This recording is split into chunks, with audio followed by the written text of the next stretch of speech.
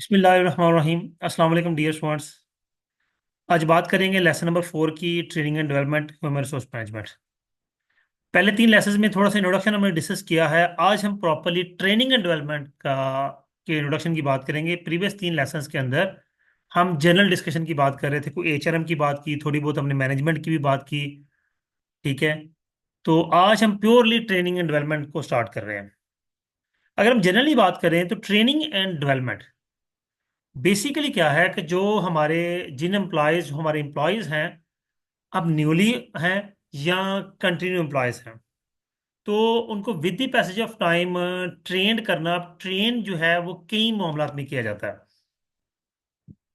Training with respect to education हो सकती है, training with respect to new technology हो सकती है, training with respect to new challenges faces by the organization, कुछ इस तरह की हो सकती है। मतलब कई तरह की ट्रेनिंग्स हो सकती हैं। हाँ, बिहेवियरल ट्रेनिंग्स भी हो सकती हैं, जिससे मोटिवेशनल ट्रेनिंग्स होती हैं, स्किल डेवलपमेंट ट्रेनिंग्स हो सकती हैं। यानी कि मुख्तलिफ किस्म की ट्रेनिंग्स जिस तरह की भी। अब यहाँ पे देख लें different difference between training and education. दो चीज़ें वो बता रहा है कि ट्रेनिंग और एजुकेशन में डिफरेंस क्या है। इसमें हमारे पास ये है कि ट्रेनिंग नैरो प्रोस्पेक्टिव है, application job experience specific task, किसी खास पर्पज के लिए, जॉब एक्सपीरियंस के लिए। जी एजुकेशन एक ब्रॉडर पर्सपेक्टिव है। Theoretical education, classroom learning, general concept, मुख्तलिफ चीज़ें। यानी कि एजुकेशन में हमारे पास, ट्रेनिंग में हम थोड़ा सा लिमिटाइज हो जाते हैं, लेकिन एजुकेशन में हम लिमिटाइज नहीं होते। हम किसी चीज़ की भी एजुकेशन हासिल कर सकते हैं। ट्रेनिंग खास पर्पज के लिए होती है। अब इसके बाद आ जाएं, अगली बात वो कर रहे हैं training and development. Difference between training and development. Development includes all those activities that are given as learning opportunities to help employees grow। क्या मतलब है? ट्रेनिंग बेसिकली हम एक एम्प्लॉय को या एम्प्लॉयज को जब हम ट्रेन कर रहे हैं, तो बेसिकली हम उन्हें किसी खास मकसद के लिए तैयार कर रहे हैं। जबकि इस वक्त इसके बरक्स, हम जब उसकी डेवलपमेंट है तो डेवलपमेंट हम उनको सिखा रहे हैं कोई नई अपॉर्चुनिटीज। जिस तरह मैं अगर बात करूं तो मैंने कुछ एसआईटी की फील्ड में भी काम किया है। तो वहां पे हमारे पास फॉरेन क्लाइंट्स थे, तो हमारी उसका क्या नाम है, इंग्लिश लर्निंग क्लासेस हुई। अब वो इंग्लिश लर्निंग जो है वो हमारी कोई ट्रेनिंग नहीं थी, हमको स्पेसिफिक स्किल को टास्क नहीं सीख रहे थे, हम तो पर्टिकुलर काम नहीं कर रहे थे। ठीक है। बल्कि वो हमारी डेवलपमेंट थी, वो हमारी ग्रोथ थी। अब सिर्फ हमें उसी काम नहीं, यानी और बड़े कामों में हमें उसने फायदा देना था। तो ट्रेनिंग और डेवलपमेंट में थोड़ा सा डिफरेंस होता है। Training is target towards the particular job और स्किल। ट्रेनिंग एक खास जॉब या स्किल के लिए होती है। अब यहाँ पे ये देख लें, अक्सर औकात मैं ये कहूँगा कि जी हाँ, मैं उससे भी कह सकता हूँ कि जी हमारी ट्रेनिंग करवाई है जी थोड़े से कम्युनिकेशन स्किल्स के हवाले से। तो कम्युनिकेशन स्किल्स जो हैं वो आपकी डेवलपमेंट थी, ट्रेनिंग नहीं थी। हम टर्म्स अक्सर औकात गलत यूज करते हैं। ट्रेनिंग प्योरली आप ये देख लें कि आप किसी खास पर्टिकुलर जॉब या स्किल के लिए तालीम हासिल कर रहे हैं। ठीक है। आपको नया कोर्स करते हैं, लेकिन कोर्स किस लिए किया? आपको नहीं, को स्किल सीखने के लिए किया। जिस तरह अगर मैंने आईटी का डिप्लोमा किया, तो मैंने आईटी की फील्ड को सीखने के लिए डिप्लोमा किया। तो मैं वो एक नई स्किल सीख रहा था, मैं अपने आप को डेवलप नहीं कर रहा था। ठीक है। ओके, नेक्स्ट चलेंगे। Objectives of training and development, इसमें सॉरी हम इसको हाईलाइट कर दें। फिर आ जाएगा ऑब्जेक्टिव्स में हमारे पास क्या है? Develop the कंपिटेंसीज of employees and improve their performance. Understood बात है, उनकी परफॉर्मेंस को इम्प्रूव करने के लिए। Help employees grow for that future human resource needs. अब ये देखें, ये ग्रोथ। अब हमारे ऑफिस में क्या हुआ कि उन्होंने कम्युनिकेशन स्किल्स की क्लासेस करवाई। उसके फौरन बाद दो हमारे एम्प्लॉयज हमारे क्विट कर गए। क्यों? क्योंकि उन्हें एक अच्छी अपॉर्चुनिटी मिल गई। क्यों? क्योंकि उनकी इंग्लिश की कम्युनिकेशन स्किल्स बेहतर हो गई। तो ये उनका फ्यूचर परस्पेक्टिव हो गया। Reduce the learning time for employees starting new jobs और अपॉइंटमेंट्स। ट्रांसफर और promotions and ensure that they become competent as quickly. अगर ट्रेनिंग दे दी जाएगी तो उनका लर्निंग टाइम कम हो जाएगा। ट्रेनिंग से उनका लर्निंग टाइम कम हो जाएगा। नेक्स्ट हमारे पास आता है जी।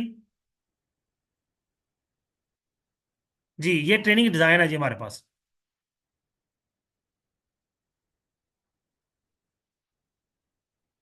Today there are greater emphasize on provide education opportunities for all employees.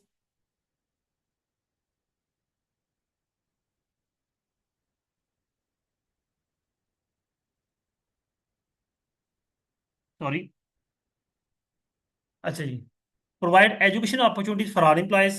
These education opportunities may include training programs, but they also include support for taking courses offered outside company, self study and learning through job rotation.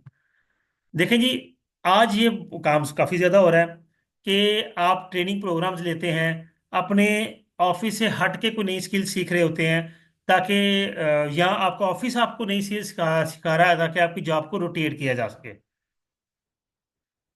अब इसका prospective पे मैं थोड़ा सा आपको इस तरह से रिलेट करूंगा। मैं जो कि टैक्स कंसल्टेंट हूँ, टैक्स के ऑफिस में जॉब करता हूँ, हमारा बेसिकली ऑडिट का ऑफिस है। अब वहाँ पे क्या है कि हम टैक्स का काम भी कर रहे हैं। अब टैक्स का काम खत्म हो गया, पहले 30 जून लास्ट डेट थी, 30 सितंबर, 31 जून तक हमारा, 31 अक्टूबर तक हमारा काम खत्म हो गया। इनकम टैक्स का काम क्लोज हो गया, उनका एओपीज का और इंडिविजुअल्स का। आगे कंपनी 31 दिसंबर लास्ट डेट है उनकी, फाइनेंशियल स्टेटमेंट्स जमा होनी है। तो आगे हमने उनका काम शुरू कर दिया। तो this is called job rotation. हमने इनकम टैक्स छोड़ के अब हम कंपनी के फाइनेंशियल स्टेटमेंट्स बनाने लग गए हैं। अब वो कंप्लीट होंगी तो फिर हम कंपनीज के इनकम टैक्स की सबमिशन पे आ जाएंगे। वो कंप्लीट होगा तो हम सेल्स टैक्स की शिफ्ट हो जाएंगे। यानी कि सॉरी, जो नोटिस आते हैं, जो इंक्वायरीज आती हैं, जो ऑडिट आते हैं टैक्स डिपार्टमेंट की तरफ से, हम उसकी तरफ शिफ्ट हो जाएंगे। तो बेसिकली क्या है, जॉब रोटेट होती रहती है। तो नई लर्निंग स्किल्स होंगी, नई स्किल्स होंगी, ट्रेनिंग्स होंगी, डेवलपमेंट्स होंगी, तो हम जॉब रोटेट कर पाएंगे, वरना नहीं होगी। Performance improvements also ongoing process. ठीक है, परफॉर्मेंस इंप्रूवमेंट ऑनगोइंग प्रोसेस और ये चलता रहता है। Demonstrating to executives, managers and trainings to benefit of training. अब क्या है, एग्जेक्टिव्स, मैनेजर्स, ट्रेनिंग्स, इन सब को क्या फायदा है, ट्रेनिंग का फायदा ही होता है। अब हमारे पास ट्रेनिंग के लिए टोटल आगे कुछ ये है, प्रोसेस है पूरा। उसमें सबसे पहला स्टेप क्या है, is to conduct a need assessment which is necessary to identify whether training as needed. सबसे पहला स्टेप, हमें ये आइडेंटिफाई करना है कि नीड है भी ट्रेनिंग की कि नहीं। अगर है, अगर हमें वो मिलता है, असेसमेंट नजर आती है। दूसरा काम, ensure that employees have the motivation and basic skills necessary to master the training content. जिन एम्प्लॉयज को हम ट्रेनिंग करवाने लगे हैं, क्या वो मोटिवेट हैं ट्रेन होने के लिए, और क्या उनमें वो स्किल्स हैं कि वो उस ट्रेनिंग को सीख सकें। ये ना हो कि वो इस काबिल ना हो कि आप उनको ट्रेनिंग सिखा रहे हो। तीसरा आ गया। अब यहां पे मैं आपको एक बात बताता चलूं। मैंने जब पहली जॉब स्टार्ट की मास्टर बॉल पॉइंट में, तो मुझे पहली दफा उन्होंने उसने कहा, फाइनेंस मैनेजर ने, उसने कहा जी जो कुछ आप पढ़ के आए हैं वो सारा कुछ अब बेकार था, आपका वो यहाँ कुछ काम नहीं आना, समझ लें कि आप यहाँ पे जीरो से स्टार्ट कर रहे हैं। तो मेरा उनसे सवाल था कि सर फिर आप एक एजुकेटेड बंदा क्यों रख रहे हैं, इतनी आप पे भी करेंगे एजुकेटेड बंदे को, जाहिर सी बात उस हिसाब से पे करेंगे। आप एक मजदूर ला के बिठा लें, सिखाना तो अपने जीरो से है। ठीक है। और मेरा ये वैलिड क्वेश्चन था, क्यों? क्योंकि मेरी एजुकेशन ने मुझे इस काबिल बनाया कि मैं कुछ सीख सकूं और जल्दी सीख सकूं।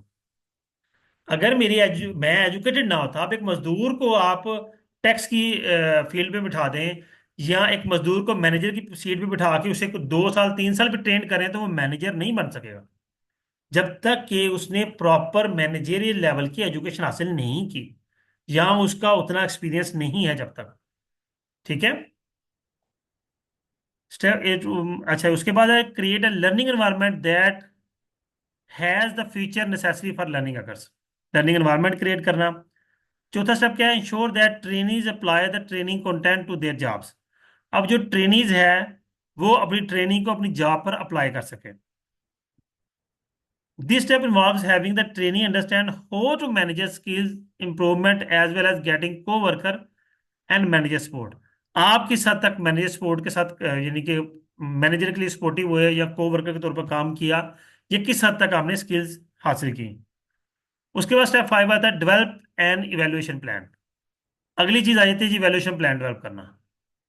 इवेलुएट करना कि जो ट्रेनिंग दी है, जो मकसद था वो अचीव भी हुआ है कि नहीं हुआ। ठीक है। अब देखिए, ट्रेनिंग बिहेवियर के लिए हुई, तो क्या एम्प्लॉयज के बिहेवियर में कोई फर्क भी पड़ा कि नहीं। अब यहाँ पे एक थोड़ी सी मिसाल में बिहेवियर के हिसाब से देता चलूं, कि जो लोग सुबह सुबह एक्सरसाइज करते हैं, ठीक है, उनके बिहेवियर में, जो लोग एक्सरसाइज नहीं करते उनके बिहेवियर में बड़ा फर्क होता है।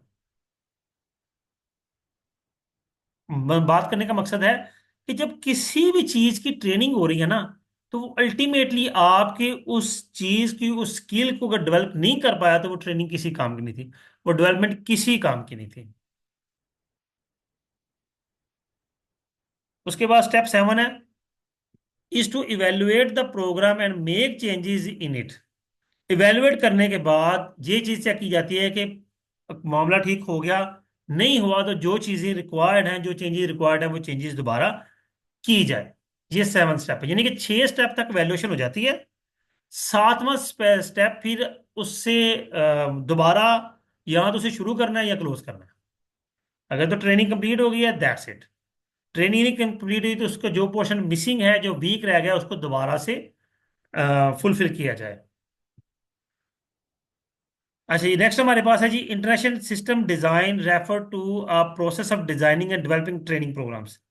ये जी एक आपका असेंबली एमसीक्यूज है कि ये आईएसडी एक system design, sorry, instructional system design, मैंने गलत पढ़ दिया, इंटरनेशनल पढ़ दिया मैंने। इंस्ट्रक्शनल सिस्टम डिजाइन ये एक प्रोसेस है जिसके अंदर, जिसमें ट्रेनिंग का भी प्रोग्राम है, वो डिजाइन या डेवलप किया जाता है कि किस तरह हमें ट्रेन करना है। अब यहाँ पे ADDEIE है ये, इसके अंदर क्या आता है?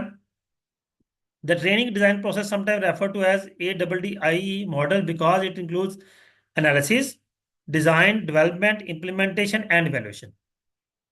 ये टोटल 5 चीजें होती हैं। और यही 5 चीजें जो पीछे हम 6-7 स्टेप पढ़ के हैं, वो भी यही था कि सबसे पहले ये एनालिसिस करना है कि हमें ट्रेनिंग की जरूरत है कि नहीं, और किस किस एम्प्लॉय को ट्रेनिंग दिलवानी है। फिर हम किस पैटर्न के थ्रू ट्रेनिंग देंगे, प्रॉपर एनवायरनमेंट क्रिएट करना ट्रेनिंग के लिए, फिर वो ट्रेनिंग देना, यानी कि उसकी इंप्लीमेंटेशन, और एट द एंड फिर आखिरी 2 स्टेप इवेल्युएशन के हैं, 6 और 7 के। इवेल्युएट करना, आया वाकई ये ट्रेनिंग कारआमद हुई भी या नहीं हुई, और जो भी कमी रह गई है उसको फुलफिल करना। नेक्स्ट हमारे पास कुछ एजम्पशंस हैं इसी के हवाले से। ISD approach used, all share the following assumptions. ISD किन सूरतों में यूज होगी? Training design is effective only if it help employees reach instructional और training goals and objective. Training design तब एग्जैक्टली, ट्रेनिंग डिजाइन तब इफेक्टिव होगा कि अगर वो वर्कर्स की यानी कि जो ट्रेनिंग गोल्स हैं उनको अचीव कर सके हैं। Measuring learning objective should be identify because training program begins. जी, मेजरेबल लर्निंग ऑब्जेक्टिव्स, जो ऑब्जेक्टिव्स हैं आपके वो मेजरेबल होने चाहिए। और फिर evaluation plays an important part for planning choosing training methods. Next हमारे पास आता है जी, ये अब एग्जांपल्स हैं, कुछ डिटेल लिखी हुई है, ऐसा चीज जरूरी नहीं है। नेक्स्ट हमारे पास लेसन नंबर 5 है। अच्छा, कोई क्वेश्चन हो तो पूछ लीजिएगा। Strategic training. अब ट्रेनिंग का हम प्लान करने लगे हैं। स्ट्रेटेजी का वर्ड जो है ये एक लॉन्ग टर्म प्लान के लिए होता है। मैं थोड़ा सा आपको इसके बारे में समझा दूं। हमारे पास जो है,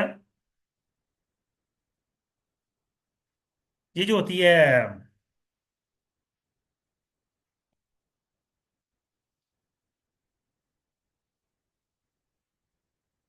ऑर्गेनाइजेशन के अंदर जो है, हाँ जी,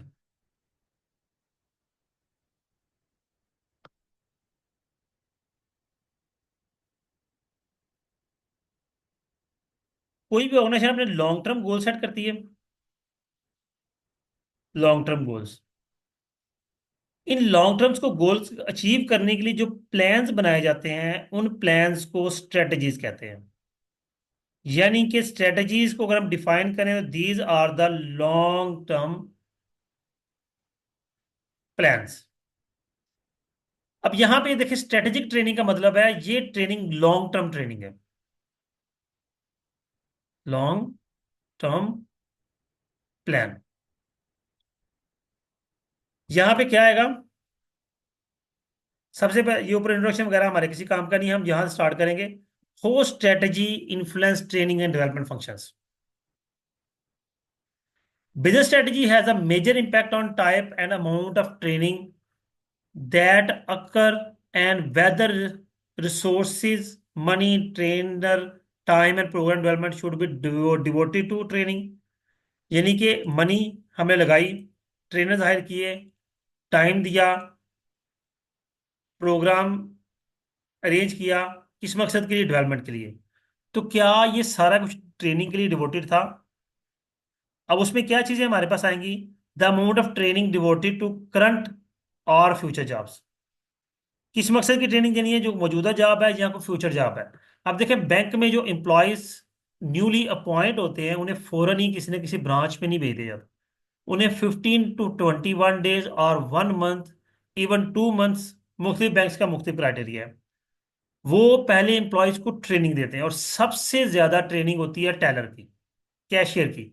उसे कैश काउंट करना, उसे नकली नोट निकालना, उसे रैपिड काम करना, उसे कंसंट्रेशन के काम से काम करना, ये सारी स्किल्स सिखाई जाती हैं। तो इन सब के लिए उसे ट्रेन किया जाता है, बल्कि ये उसकी डेवलपमेंट हो रही होती है क्योंकि वो नई चीज सीखा है। The extent to which training is customized for the particular need of employee or is developed based on the need of team, unit or division। अब जो ट्रेनिंग है या तो कस्टमाइज की जाए किसी खास एम्प्लॉय के लिए, या किसी यूनिट के लिए, डिवीजन के लिए, टीम के लिए।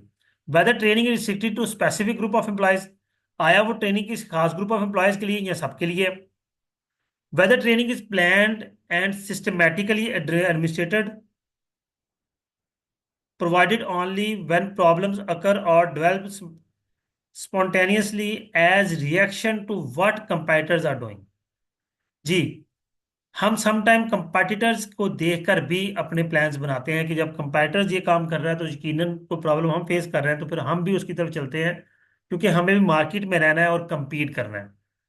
तो इसीलिए हमें कंपेटिटर को भी बड़ा ध्यान रखना होता है। The importance placed on training compare to other human resources manage practice such as instruction और कंपनसेशन। ये सिंपल ही है, इंपॉर्टेंस प्लेस। ओके जी। उसके बाद आ गया एवोल्यूशन ऑफ ट्रेनिंग रोल। जी, ये हमारी आ गई एवोल्यूशन ट्रेनिंग रोल। क्या हुआ जी? Training event, learning emphasize, create and share knowledge.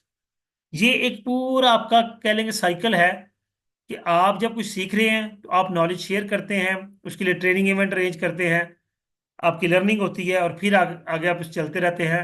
Routine में देखें, जो एम्प्लॉयज ट्रेन हो जाते हैं वो जूनियर्स को सिखा रहे होते हैं, या जिस बंदे को नहीं पता उसे बता रहे होते हैं। यहाँ पे कह रहा है this figure 1 shows the evaluation evolution of training role from the program focus to the broader focus on learning and creating sharing knowledge.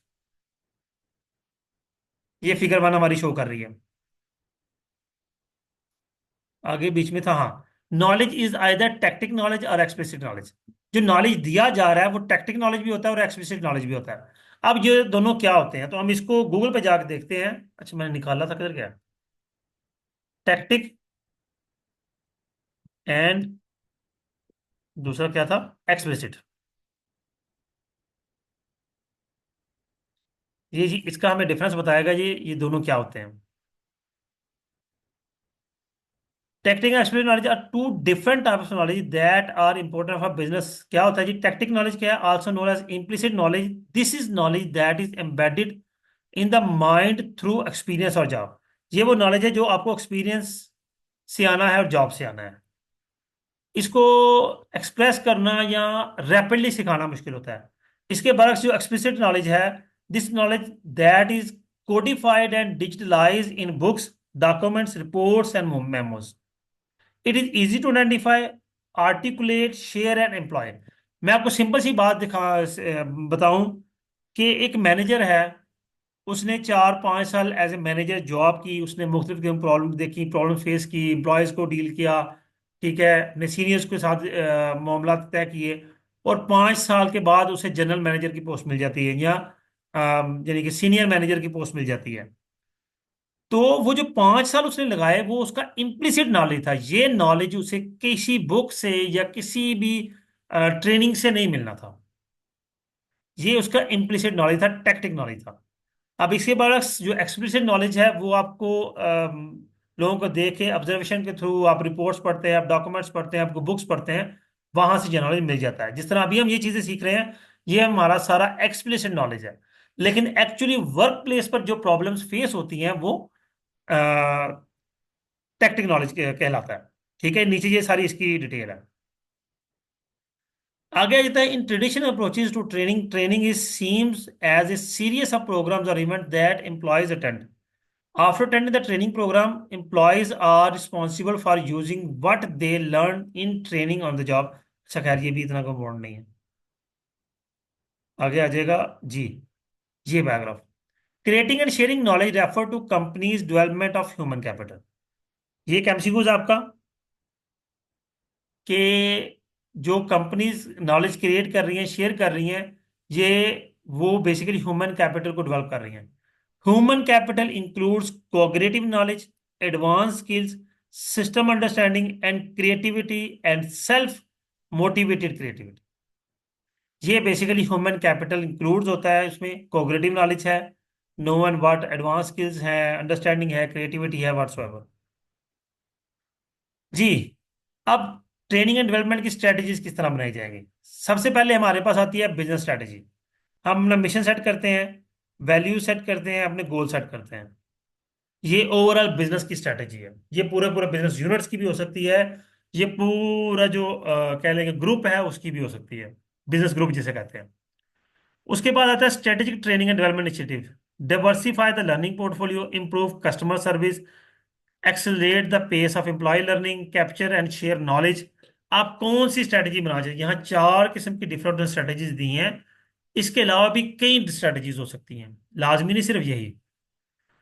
फिर इसके बाद use web based training, make development planning mandatory, develop website for knowledge sharing, increase amount of. अब ये सारे जो चार points दिए हैं, ये बेसिकली इनका, ये जो स्ट्रेटजीज हैं इनकी इम्प्लीमेंटेशन के लिए है, कि हमें अगर कोई ट्रेनिंग की जरूरत है, कोई स्ट्रेटजी हमने बनाई है, तो वो उसको इम्प्लीमेंट किस तरह करना है। ट्रेनिंग वेब बेस्ड देनी है, कोई प्रॉपर फिजिकल क्लासेस अरेंज करनी है, कोई वेबसाइट बना रही है नॉलेज शेयरिंग के लिए, या कस्टमर सर्विसेज ट्रेनिंग देनी है, यानी कि किस तरह की ट्रेनिंग देनी है। कस्टमर सर्विस ट्रेनिंग में ऑब्वियसली कस्टमर के साथ डीलिंग होगी। उसके बाद लर्निंग परफॉर्मेंस पॉइंट, ये एट द एंड क्या है कि आपको क्या हासिल होगा।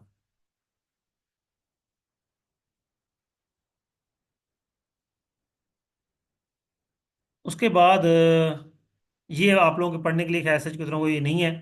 ये नेवटेक प्रोवाइड डिजिटल मैप ऑटोम, ये सिर्फ एग्जांपल्स है। ये नोकिया के वाले से भी डिस्कस कर रहा है, हो Nokia corporation link training and development to business strategy. ये सारा वही जो पीछे हम पॉइंट्स पढ़ के आए हैं उनके बारे में बता रहा है किस तरह नोकिया ने किया। ऐसा ये भी एग्जाम्पल है, तो हमें नहीं पढ़ना। जी मेरा ख्याल है इस लेसन में, sorry,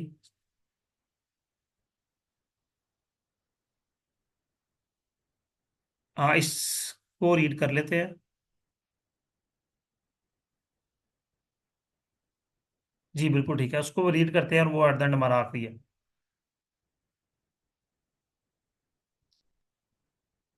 ji, strategy training and development initiative and their implications, थोड़ी सी इम्प्लीकेशंस बताइए, इसके दो चार पॉइंट्स देखते हैं हम। सबसे पहले कहता है जी strategic training and development initiative, सबसे पहले क्या ट्रेनिंग है? Diversify the learning portfolio. हम लर्निंग पोर्टफोलियो को डाइवर्सिफाई करते हैं। अब यहाँ पे डाइवर्सिफाई का सबसे पहले तो क्या मतलब है? वैसे इसमें दो वर्ड टर्म यूज की, दोनों ही सेम है। पोर्टफोलियो का मतलब भी डाइवर्सिफिकेशन होता है। Use new technology such as internet for training, facilitate information learning, provide more personalised learning opportunities. आप बेसिकली डाइवर्सिफाई करते हैं लर्निंग प्लेटफॉर्म को, कि किस किस तरह लर्निंग हो सकती है। वो इंटरनेट के लिए थ्रू भी हो सकती है। अब देखें यूट्यूब बड़ा बेहतरीन सोर्स है लर्निंग के लिए। प्रॉपर किसी से कोई ऑनलाइन ट्रेनिंग सेशन ले लिया जाता है। डिपेंड करता है कि आप किस तरह की चीज़ यूज़ करते हैं। Expand, who is trained. अब यहाँ पे एक्सपैंड किया जाएगा, ट्रेंड कौन है? Train customers, suppliers, employees, offer more learning opportunities to non managerial employees. अब यहाँ पे मैं आपको, ये कस्टमर की उसने बात की, कस्टमर की ट्रेनिंग क्या है, इसकी मिसाल मैं आपको स्कूल्स की दूंगा। कि यहाँ गुजरांवाला के अंदर कुछ ऐसे स्कूल्स हैं जो कि ट्रेनिंग सेशन रखते हैं पेरेंट्स के लिए, कि पेरेंट्स ने अपने बच्चों को कैसे पढ़ाना है, कैसे डील करना है, उनके डे टू डे मामला को कैसे लेकर चलना है। This is the training of customers. इसी तरह दूसरी सी एग्जांपल है ये एग्रीकल्चर सेक्टर। अब एग्रीकल्चर सेक्टर में ये जो सीड की कंपनीज हैं, ये बाकायदा किसानों के ट्रेनिंग सेशन रखते हैं, जो पेस्टिसाइड की कंपनीज हैं, ये किसानों के ट्रेनिंग सेशन रखते हैं कि किसानों को ट्रेन किया जा सके कि उन्होंने उनकी प्रोडक्ट को कैसे इस्तेमाल करना है, किस तरह करना है, कितने टाइम बाद करना है, और कितनी क्वांटिटी में करना है। बाकी ऐसा चित्र में इतना कुछ नहीं है, same as it. Okay students, ये हमारे दो लेसन हुए। उम्मीद करता हूँ आपके लिए अंडरस्टैंडिंग होगा। अपना ख्याल रखिएगा।